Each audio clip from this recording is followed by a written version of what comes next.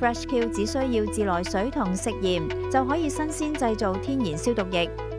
首先擰開噴頭，將自來水倒至瓶身上嘅刻度，切勿超過200毫升，以免未能正常運作。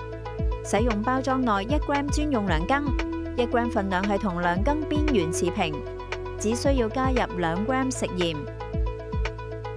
擰緊噴頭，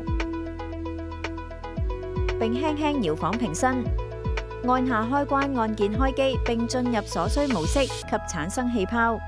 按一下開關按鍵進入低濃度模式，顯示燈為綠色；按多一下進入中濃度模式，顯示燈為藍色；再按多一下進入高濃度模式，顯示燈為紫色。3段嘅模式產生嘅氣泡數量都唔同。電解完成後，指示燈會自動熄滅，咁就可以安心使用啦。親和肌膚，對人體安全，消毒除臭，寵物家庭，各個場景 FreshQ 都可以幫到你安心消毒。